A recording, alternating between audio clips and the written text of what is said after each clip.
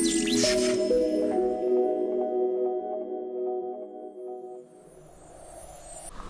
байцгаана уу, та бүгдтэй өнөөдөр хүүхэд гэр бүл мэдээллийн санд статистик мэдээлэл хэрхэн шивэх талаар танилцуулж байна.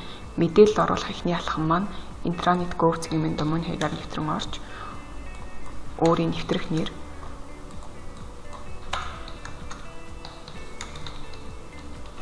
нууц үгийг оруулан үндсэн програмдаа нэвтэрч орно.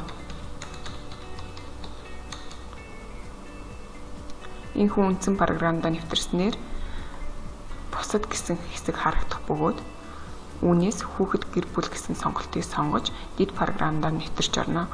Уг програмд нэвтэрсний дараагаар тохиргоо гэсэн зэс байх бөгөөд энд бидний ажиллах гол бааз байна. Тохиргоо зэс рүү орсноор 9 баган бүхий сонголтууд байгаа бөгөөд эдгээр нь статистик мэдээлэл авах маягтууд үүссэн байгаа юм а. Эдгээрээс сонголтыг хийн мэдээлэл шийгэх бөгөөд өнөөдөр бидний жишээ болгон авч буй статистик маань үндэсний статистикийн хороогоор батлагдсан хүүхэд хамгааллын статистикийн маягт байна. Тус маягтыг дагуу үзүүлэлт тус бүрийг амдын мэдээллийг нас, хүүс, хугацаа зэрэг хүүхдийн задаргааны дагуу шийдж оруулна.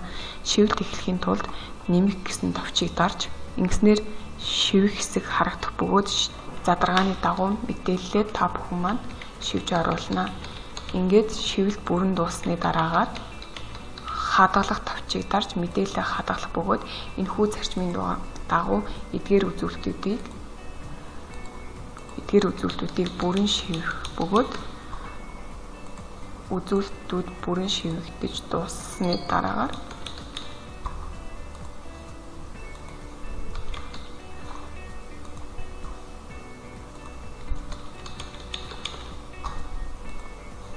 үзүүлэлтүүд бүрэн шивэгдэж дуусны дараагаар F5 товчийг дарж refresh хийх бөгөөд дахин тохиргоо зэс рүү ороход үзүүлэлт маань бидний шивэлт хийсэн үзүүлэлт маань бүрэн шивэгдсэн үгийг илэрхийлсэн график харагдах бөгөөд саяны сонгосон маягт руугаа дахин ороход илгээх гэсэн товчийг тавьсан байна.